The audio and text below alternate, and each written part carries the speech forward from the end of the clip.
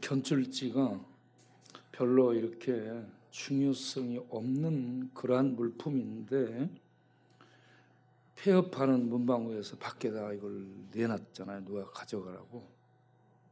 그런데 가져가는 사람이 없어요. 귀하지 않기 때문에. 그런 견줄지를 소재로 해가지고 거기에 성경의 은혜를 담아가지고 썼는데 읽을 때 감동이 와요. 어떤 감동이 오냐면 나사렛 예수 그리스도도 유대인들이 멸시하고 천대하고 외면하고 무시했던 존재입니다. 견줄지처럼. 그리고 성문 밖에다가 저주받은 하나님의 그리스도라 해가지고 버려버리죠.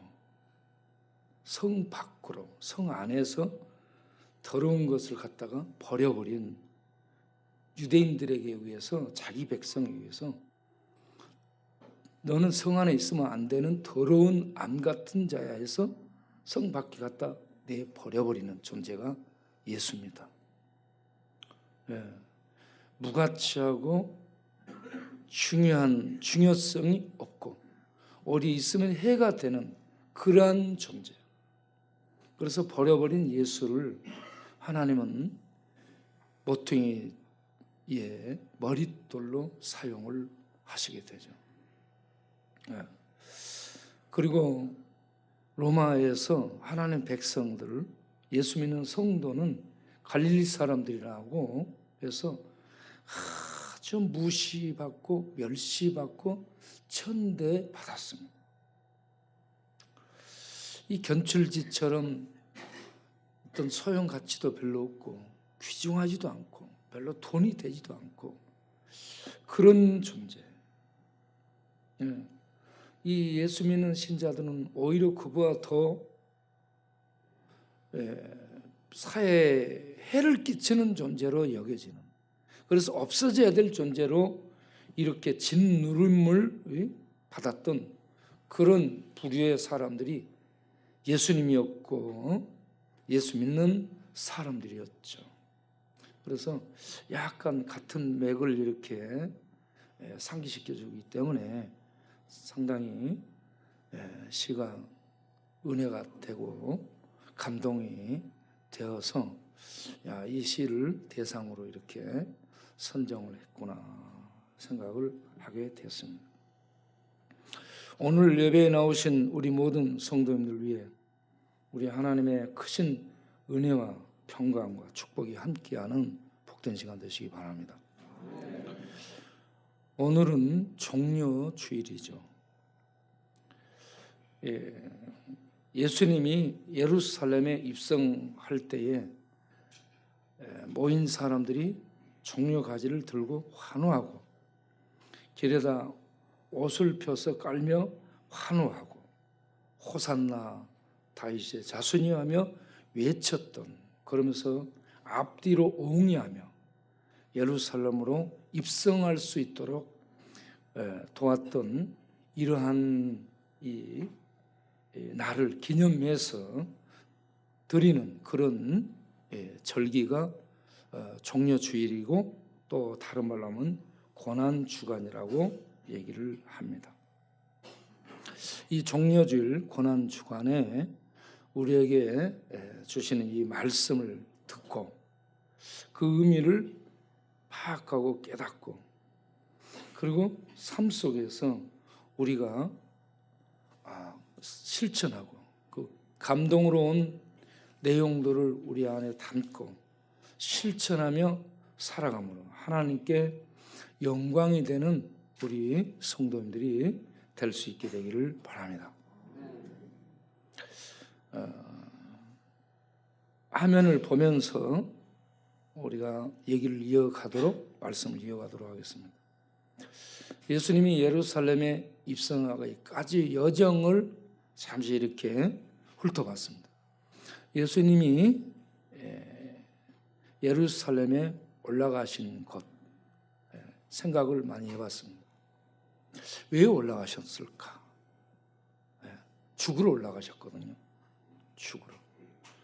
올라가서 사람들에게 잡히고 두들겨 맞고 매질, 주먹질, 그리고 말폭력.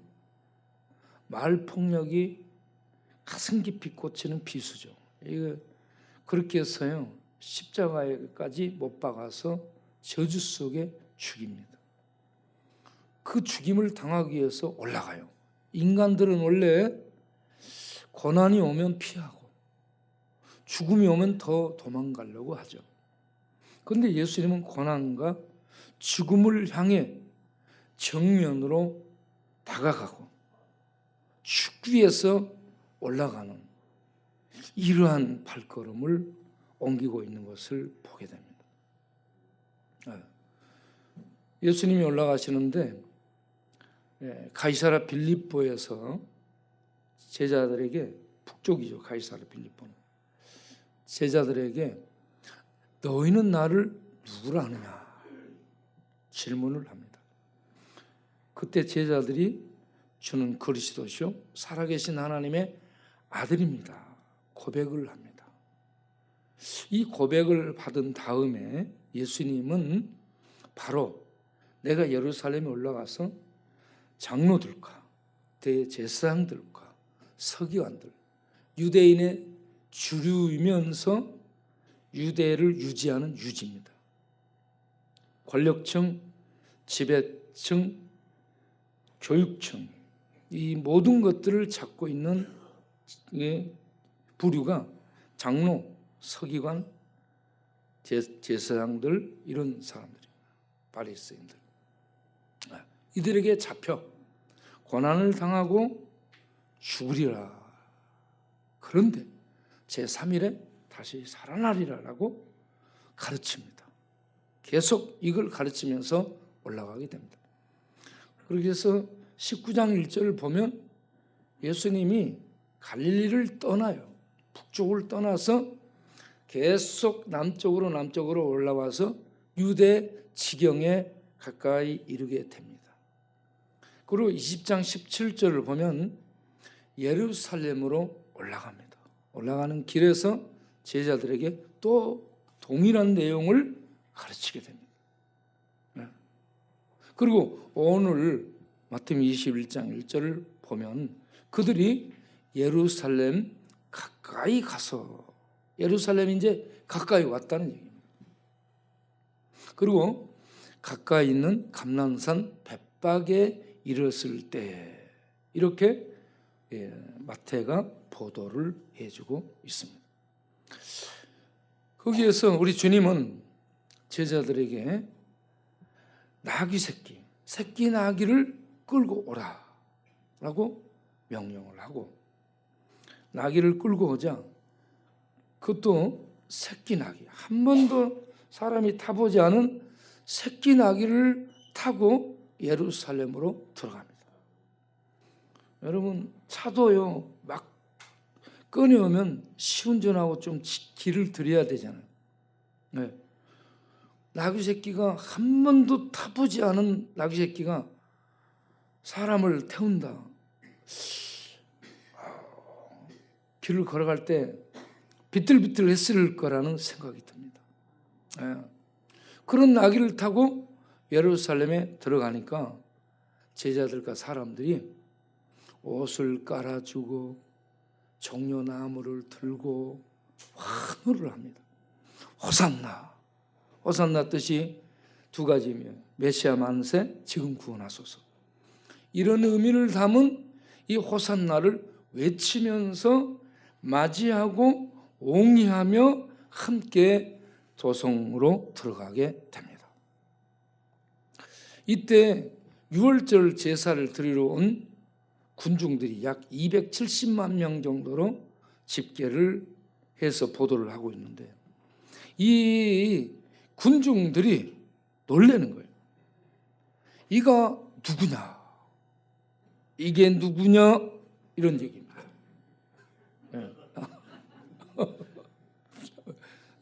우리 바우말로 하면은 이게 누구야? 우리 저 갈치도 그렇고 도대체 이분이 누군가 하고 다 놀랍니다. 그래서 오늘은 예수님의 예루살렘 입성을 기념하기 위해서 중요주일 또는 고난주일로 교회는 정하고 기념하며 다시 기억하면서 지키게 되는 그러한 날입니다. 오늘 이 본문을 통해 저는 세 가지를 주목하게 됐습니다.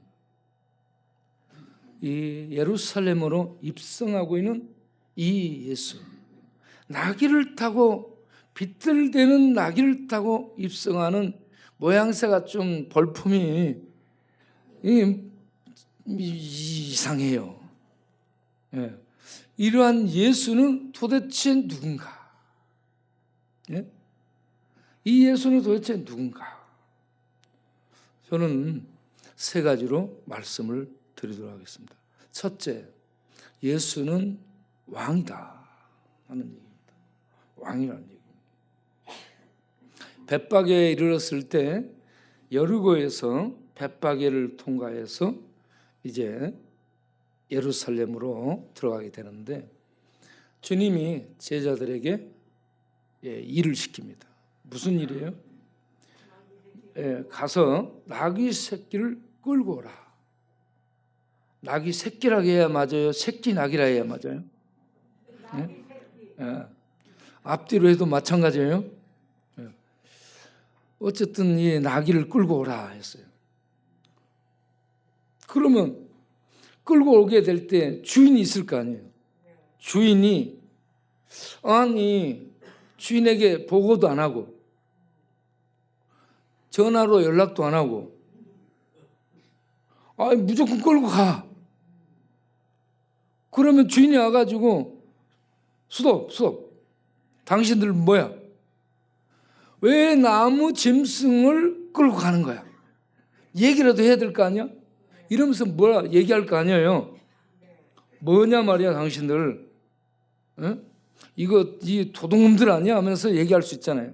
그런데 누가 물으면, 주인이 물으면 뭐라 가라요? 주가 쓰시겠다. 주는 하나님을 의미하죠.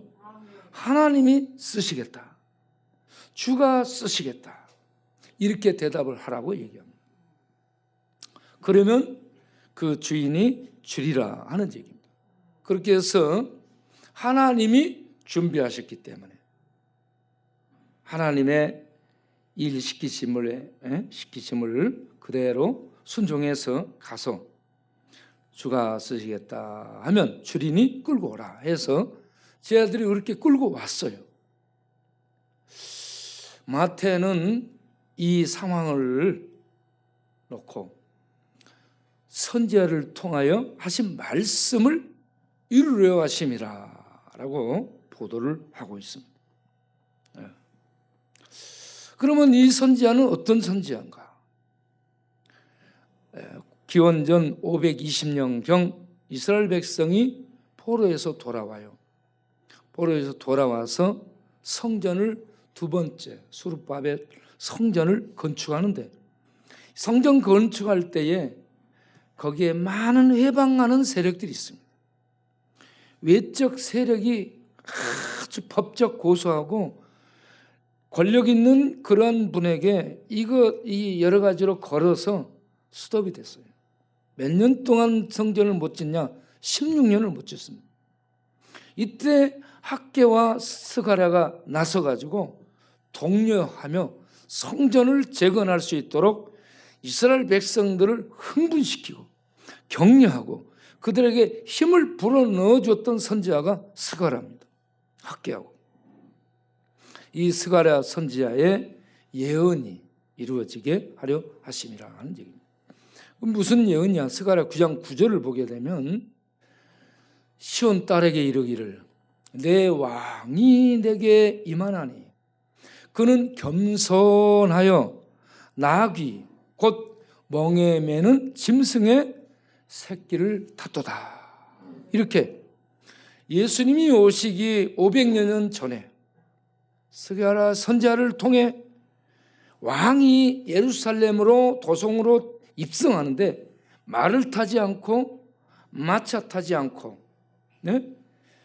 어떤 이용 있는 이런 행차를 하지 않고 나귀새끼 타고 들어가리라 예언을 했어요. 이 예언을 그대로 이루기 위해 예수님은 하나님의 말씀을 그대로 이루는 말씀으로 오신 분이에요. 그래서 그대로 말씀대로 순종하고 말씀을 이루시는 삶을 사는 겁니다. 그렇게 해서 나귀를 타고 들어가게 되는데 마태가, 스가랴가 뭐라고 설명해요? 그는 겸손하여라고 얘기를 하고 있습니다. 겸손하여서. 겸손이라는 말은 상대보다 자기를 낮추는 것을 얘기합니다. 상대보다 자기를 높이는 것을 뭐라고 해요? 교만이 더 높아지면 뭐라고 해요? 오만이 더 높아지면 뭐라고 해?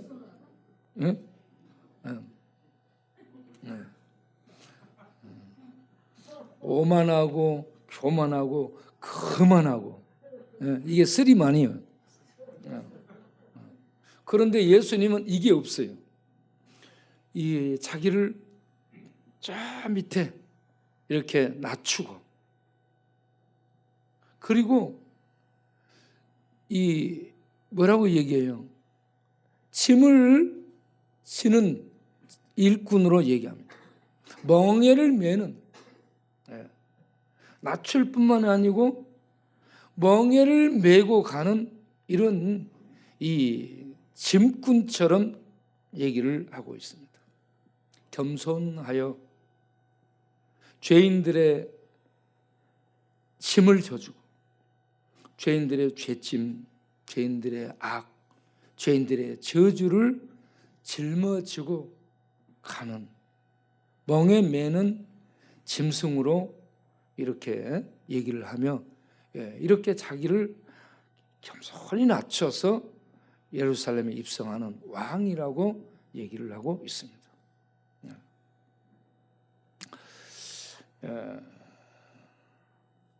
대부분의 이 왕들이 권력을 가지고 통치를 하죠. 권력의 조직, 권력의 칼,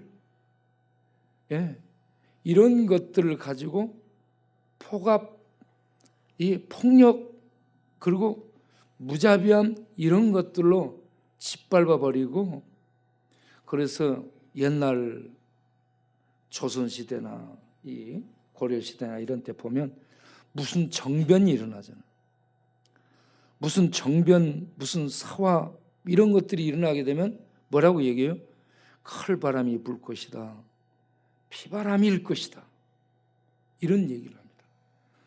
권력자가 바꿔지면 이러한 정변, 숙청, 피바람, 이런 것들이 불 것이라고 얘기를 하고 그렇습니다. 그런데 이러한 권력, 이러한 칼바람, 이러한 이 힘으로 지배하는 이러한 역사를 통해서 세상에 평화가 왔습니까? 세상에 어떤 인생의 문제가 해결이 됐어요? 아니잖아요. 전혀 그런 거 없어요. 이스라엘의 왕 예수님은 이런 세상의 군왕들의 모습이 아닌 무장해제, 옆에 병마, 호위 무사 아무도 데리지 않고, 그것도 새끼 낙이, 비실비실한 새끼 낙이 타고 이렇게 들어가는데 군중들은 옆에서 호산나 외칩니다. 힘있고 위엄있고 대단한 위력과 권세를 가지고 짠 하고 나타날 때 호산나 우리를 구원해 주소서, 오 위대하신 왕이시여라고 사람들이 외칠 수 있는데, 그런데 초라한 모습, 왕의 모습이 보이지 않아. 위엄도 영광도 세력도 없는 비천한 모습으로 들어가는데 이제 사람들이 호산나라고 외치게 됩니다. 그 다음을 보겠어요. 자, 그런 게 이 스가랴를 통해서 이렇게 상당 부분이 밝혀졌습니다. 미리 예언이 됐죠. 스가랴는 이 떠나셨던 하나님이 이스라엘 가운데 돌아오셔서 거하시게 되었다라고 선언을 하고 죄와 불의로 더러워진 제사장직을 정결케 하실 것이다. 그리고 이스라엘 왕의 권능을 회복하여 그 왕권 앞에 높은 산도 평지가 되도록 그러한 혁혁한 왕권이 발휘되리라 라고 선포를 했습니다. 그리고 또 순이라는 종이 나와 제사장과 왕직을 하나로 통합하게 될 것이다 라고 예언을 했습니다. 이런 힘 있는 왕, 여러분 큰 산이 이분의 권세 앞에 평지가 되는 이런 놀라운 통치력, 이 권세를 가진 왕이 예루살렘으로 들어가는데 왕의 위엄도 영광도 권력도 없는 모습으로 가고 있다는 얘기입니다. 새끼 나귀를 타고 겸손히 들어가고 있습니다. 나귀는 평범한 이런 교통수단이었죠.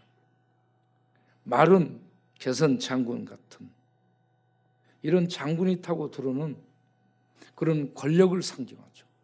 그런데 이런 모든 것들을 다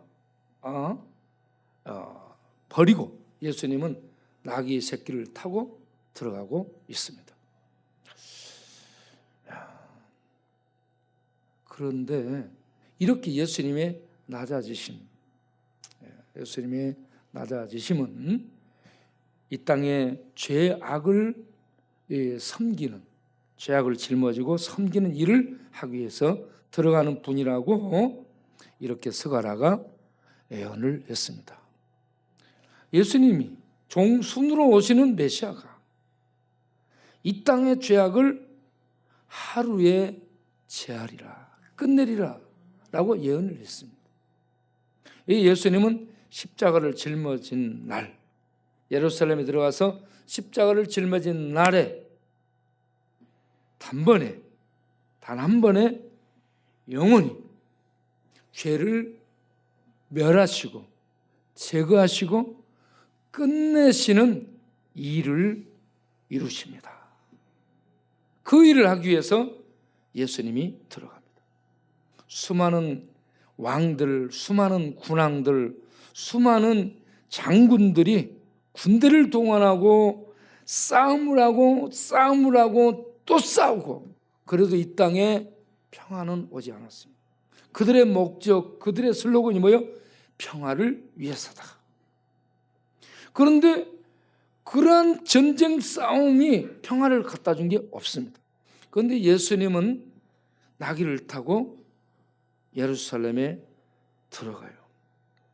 이 예수님이 들어가서 하루에 이 땅의 지배 세력, 죄를 제거함으로 진정한 하나님의 평화가 임하게 되는 줄로 믿습니다.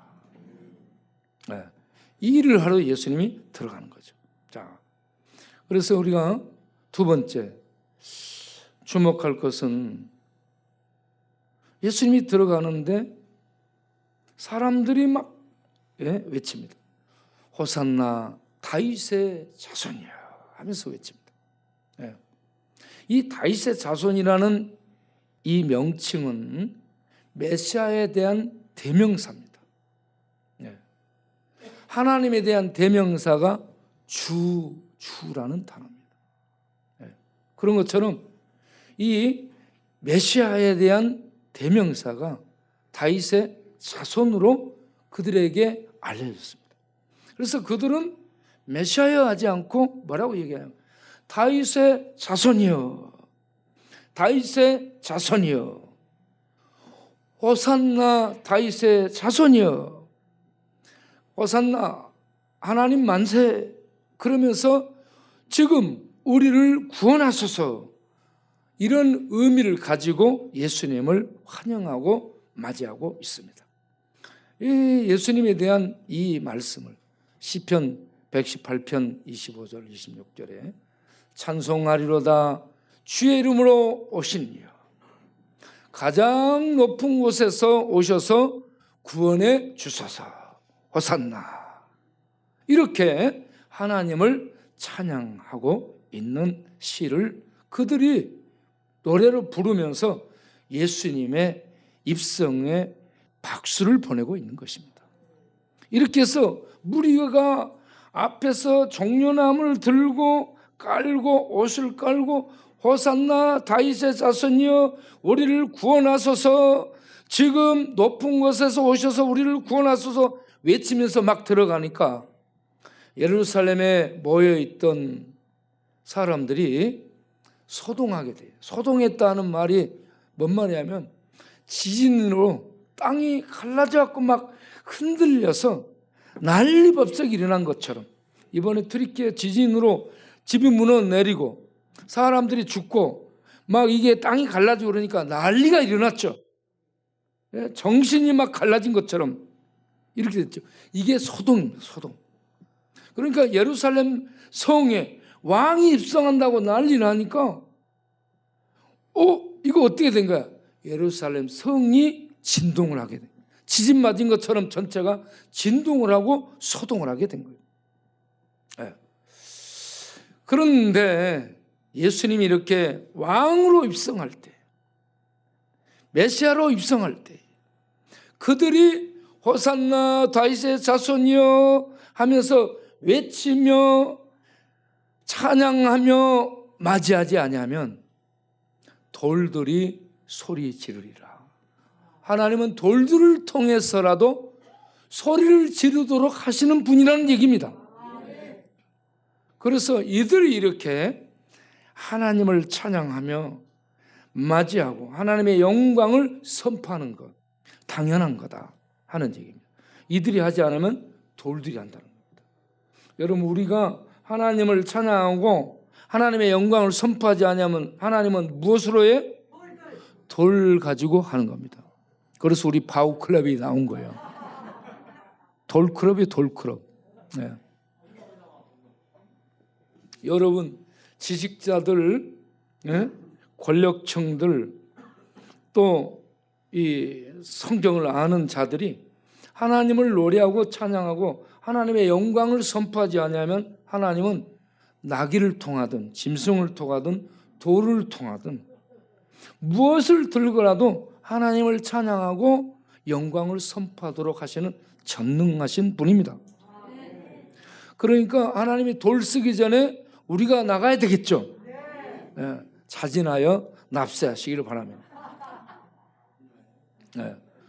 그런데 이렇게 호산나 하고 외치며 나아간 이 왕이신 메시아 예수를 유대인들은 돌변해 가지고 그들이 예수를 잡아서 빌라도에게 사형 언도를 내리도록 만든 다음에 최고 권력자 빌라도의 사형 언도를 받아낸 뒤에 그들은 예수를 잡아 패고 또 십자가를 짊어지어서 예루살렘 성 밖으로, 성 안에서 죽으면 안 돼요. 부정타고 더러운 게 성 안에 있으면 안 되는 거예요. 예루살렘 성 밖으로 부정한 것들을 갖다 버려야 됩니다. 성 밖에 해골이라는 곳으로 가서 저주받은, 이 신에게 저주받은 자, 이 예수를 이 신에게 저주받은 자로 십자가 나무에 매달아서 저주 속에 죽이게 됩니다. 저주석의 축이요. 그런데 이 시편 118편 22절을 보게 되면 이와 같이 그들은 예수를 버렸습니다. 누가 버렸다고 했냐면 건축자들이 버렸다고 합니다. 건축자는 건축에 대해서 전문 지식을 가진 자입니다. 전문 지식, 경험, 그래서 목재, 재료, 돌 이런 모든 것들을 검토하고 재단하고 준비해가지고 철저하게 준비해서 건축을 하는 자들이 건축가입니다. 그런 최고 전문 지식을 가진 건축가들에게 예수님이라는 존재는 쓸모없는 자로 평가를 받아요. 그래서 버려버립니다. 버려버려요. 자, 그 다음을 보세요. 그렇게 버림을 받게 되는데 이 시편 118편 22절을 보면 하나님이 버린 그들을 버림받은 예수를 모퉁이의 머릿돌로 썼다라고 얘기합니다. 모퉁이는 코너를 얘기합니다. 건축물이 세워진 코너. 그리고 머릿돌이라는 단어는 로시라고 나오는데 이게 우두머리를 의미하는 단어입니다. 또 우두머리이며 어떤 건물의 층계의 처음을 의미하는 그런 단어입니다. 그래서 유대 건축가들, 유대 나라를 세우고 이스라엘을 세우는데 율법이 필요하고 성전이 필요하고 제사가 필요하지 예수라는 자는 필요 없어. 지금 이들이 왕이라고 외치고 온 이 다윗의 후손으로 얘기를 하고 있는 이 메시아라는 예수는 우리 유대에 필요 없어. 오히려 얘는 걸림돌이야. 그래서 그들이 판단하고 평가해서 버려버렸습니다. 어디에 버려요? 예루살렘 성문 밖으로 가지고 와서 저주받은 더러운 돌 버려버려. 쓸모없어요. 네? 그런데 하나님은 저주받은 성 밖에 버림받아 유대 사회에서 가장 지혜로운 건축가들의 평가와 재단에 의해서 쓸모없는 오히려 해를 끼치는 자로 평가받아 버림받아버린 그런 예수를 하나님은 이스라엘을 건축하는 기초석 코너스톤으로 머릿돌로 예수를 삼으셨더라. 할렐루야. 네. 그래서 하나님의 나라는 유대 사회의 건축가들, 서기관, 바리새인, 똑똑한 건축가들의 머리와 평가의 그 모략에서 나온 것이 기초가 아니고 그들이 버려버린 예수, 십자가에 못 박혀 저주 속에 버림받은 예수를 통해서 기초가 세워지고 그 예수 위에 하나님의 나라가 세워지도록 하나님이 예수를 이같이 쓰시게 되었다. 그래서 예수보다 중요한 존재가 없습니다. 예수는 이와 같이 왕이시며 메시아로서 하나님 백성의 기초가 되는 분이다. 하나님 백성들이 설 수 있는 기초라는 것을 알 수 있기를 바랍니다. 그리고 세 번째, 예수는 누구냐? 선지자 예수라는 얘기입니다. 오늘 읽은 마태복음 21장 뒷부분을 가서 보게 되면 거기에 이는 누구냐라고 묻습니다. 이게 누구야? 물을 때에 같이 간 사람들이 제자들이 얘기했겠죠. 갈릴리에서 나온 갈릴리 나사렛에서 나온 선지자 예수라라고 알려줍니다. 이 근거는 어디에 두고 이들이 얘기한 것일까? 근거는 신명기 18장 15절에서 18절을 보게 되면 모세가 예언을 하죠. 훗날에 너희 가운데서 나와 같은 선지자를 하나님이 일으키리라.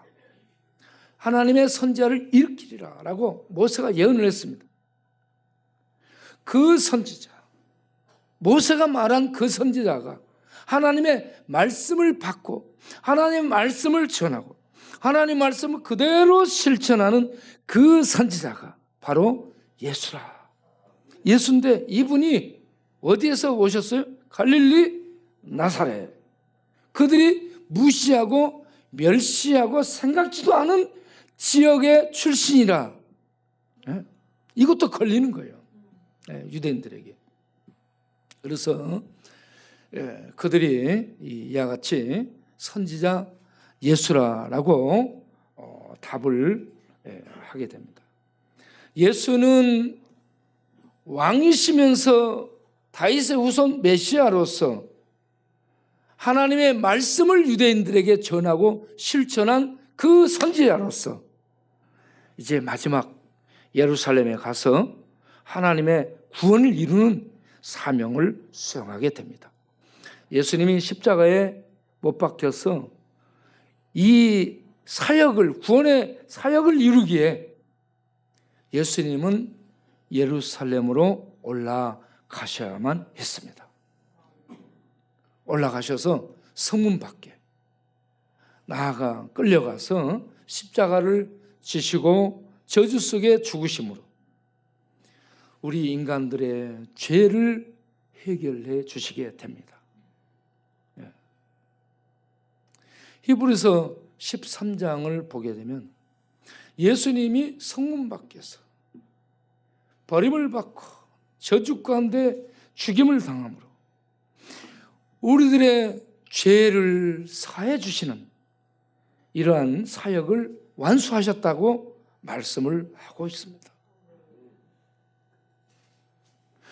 여러분, 십자가를 통해서 왕이시며 메시아이시며 하나님의 말씀을 그대로 이루신 선지자를 만나시길 바랍니다. 이 예수를 발견하시고 이 예수를 내 안에 나의 왕으로, 나의 메시아로 받아들이시기를 바랍니다. 그렇게 될 때에 우리는 죄로부터 자유를 얻게 될 줄로 믿습니다. 죽음으로부터, 죽음의 공포로부터 자유를 얻게 될 줄로 믿습니다. 삶 속에 많이 찾아오는 불안, 걱정, 염려도 십자가에서 다 해결받을 수 있을 줄로 믿습니다. 여러분, 삶의 이런저런 문제, 이런저런 고민거리, 풀리지 않는 숙제, 문제, 그 해답이 어디에 있어요? 십자가에 있습니다. 예수 그리스도 십자가를 묵상하게 되면 십자가에서 못 박혀 죽은 분이 선인이 아니고 의인이 아니고 뛰어난 영웅이 아니고 하나님이라는 얘기입니다. 하나님께서 오셔서 그 피로 내 모든 죄를 씻어주셨습니다. 자유함이 여기에 있는 줄로 믿으시길 바랍니다. 그리고 그분이 나를 죽도록 사랑하셨어요. 사랑을 찾아다니는데 십자가에 나타난 하나님의 사랑을 만나게 되면 날 사랑하심, 날 사랑하심, 날 사랑하심, 여기 십자가를 통해서 알게 된다는 겁니다. 그래서 야, 내가 돈 없고 빼먹고 세상에 사랑받지 못하고 이런 존재인데 내가 이렇게 무가치하게 이렇게 사느니 한강에 가서 뛰어내리자, 뭐 아니면 목매달아 죽어버리자, 아니면 연탄불로 내 죽여버리자, 이런 생각을 할 수 있는데 그렇게 하지 말라는 얘기입니다. 우리를 죽기까지 사랑하시는 분이 계십니다. 우리를 사랑하시는 하나님이 계십니다. 히브리서 13장 9절에 무슨 말씀이냐? 예수 그리스도는 어제나 오늘이나 영원토록 동일하시다. 예? 예수님이 옛날에 그때만 하나님이고 지금 하나님 아니고, 옛날 그때만 사랑하고 지금은 안 사랑하고 그런 분이 아니고, 그분의 신되심은 영원하며 그분의 사랑은 그때나 지금이나 영원토록 동일하시고, 그분의 구원 사역은 그때나 지금이나 영원토록 효력이 있는 줄 믿으시기 바랍니다. 이 예수님이 우리를 사랑하십니다. 예? 그래서 여러분, 오늘 오늘 들은 말씀을 통해 결론을 보면, 첫째, 이 예루살렘으로 입성한 예수를 우리가 왕으로 입성하셨다는 거 아시고 우리의 왕으로 받아들이시길 바랍니다.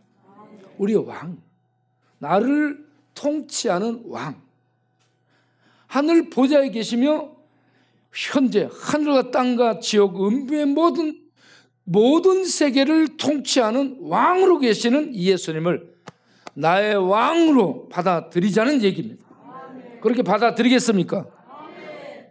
왕 대신 우리 하나님, 평강의 왕, 생명의 왕, 진리의 왕이신 예수님이 우리의 왕이 돼서 우리를 통치하고 우리를 인도하면 세상의 거짓의 왕으로 군림하는 사단 마귀가 우리를 통치했던 세력을 풀고 떠나가게 될 줄로 믿습니다.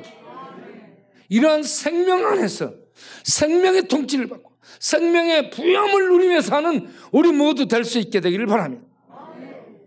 두 번째는 예수님은 온유하고 겸손함으로 죄와 죽음과 이 땅의 분쟁, 전쟁, 칼, 이 모든 것들을 뺏은 분입니다. 없애버렸어요. 예수님의 겸손, 예수님의 온유처럼 센 게 없다는 것을 파악하시는 우리가 되기를 바랍니다. 그래서 예수님의 뒤를 이어서 우리도 온유와 겸손으로 섬기는 자리에 칼로 굴림하고 포갑으로 치는 것이 아니라 겸손과 온유로 섬기는 그 예수님의 발자취를 따라갈 수 있는 우리들이 될 수 있게 되기를 바랍니다. 그리고 세 번째는 예수 고난, 예수의 치욕, 예수의 수치. 하나님이 인간들에게 두들겨 맞고 짓밟힘을 당합니다. 그리고 속옷까지 벗김을 당합니다. 그리고 뻘게 벗긴 몸으로 성문 밖에 내팽개쳐져, 그리고 십자가에 못 박아 매달아 놓고 수치와 창피를 드러내, 하나님의 수치를 드러내는 겁니다. 뭐요? 네가 하나님이라고? 네가 하나님의 메시아라면 내려와서 너와 우리를 구원해 봐. 그런데 예수님 거기서 죽습니다. 안 내려와요. 고난을 그대로, 수치를 그대로 당하시며 저주를 받으시며 죽습니다. 그 저주가 지옥의 수치와 지옥의 저주였습니다. 누가 받을? 우리가 받을 지옥의 수치와 저주를 거기서 받으시면서 고난을 당하셨습니다. 죄인들에게 모욕과 모멸을 당했습니다. 그러므로 죄를 끝내신 우리 왕 예수 그리스도를 뒤따라가면서 우리도 예수의 고난, 예수의 치욕, 예수의 수치를 짊어지고 고난받는 자리에 들어갈 수 있는 담대함, 용맹을 발휘하는 우리 모두 될 수 있게 되기를 바랍니다. 기도하겠습니다. 우리 통성으로 기도하겠습니다. 주님이 고난받으신 그 자리에 나도 들어가게 하옵소서. 주여 한번 부르고 통성으로 기도하겠습니다. 주여, 아버지 하나님, 하나님이 보내신 아들 예수는 왕이었습니다. 하나님의 메시아였습니다. 하나님의 모든 말씀과 뜻을 이루신 선지자였습니다. 주여, 우리가 오늘 예수님 이렇게 종려줍니다. 예수님 누군가 왕으로 발견하고 받아들이고, 예수님 누군가 메시아 이 구원자로 받아들이고, 예수님 누군가 하나님의 말씀을 하늘에서 가지고 와 그 말씀하신 말씀을 그대로 이루신 말씀이신 하나님 선지자임을 알게 하시고 받아들이고, 이제는 주님의 통치, 왕의 통치를 받고 사단의 통치, 세상의 통치, 죄악의 통치를 벗어나 생명 안에 들어가 생명을 살며 진리를 먹고 마시며 진리의 세계를 걸어가는 우리 모두가 될 수 있게 인도해 주시며, 이제는 이 놀라운 은혜를 주신 예수 그리스도의 권한, 예수 그리스도의 수치, 예수 그리스도의 지옥을 짊어지고 우리가 담대히 예수님의 뒤를 따라 고난받는 현장에 나아갈 수 있는, 믿음의 용맹을 발휘할 수 있는 그러한 담대한 하나님 백성들이 될 수 있도록 주여 성령으로 충만케 하여 주옵소서. 예수님 이름으로 기도하옵나이다. 아멘. 네, 하나님 감사합니다. 예수는 우리의 왕이십니다. 예수는 메시아 구원자입니다. 예수는 그 선지자로 하나님의 말씀을 하늘에서 가지고 와 그대로 전하시고 그대로 이루신 선지자입니다. 주여, 우리가 예수를 받아들이고 이 예수님의 인도와 보호와 통치 안에서 하늘의 그 생명의 은혜의 능력과 진리의 풍성함과 그 구원의 놀라운 능력 가운데서 살아가는 하나님의 백성들이 되게 하옵소서.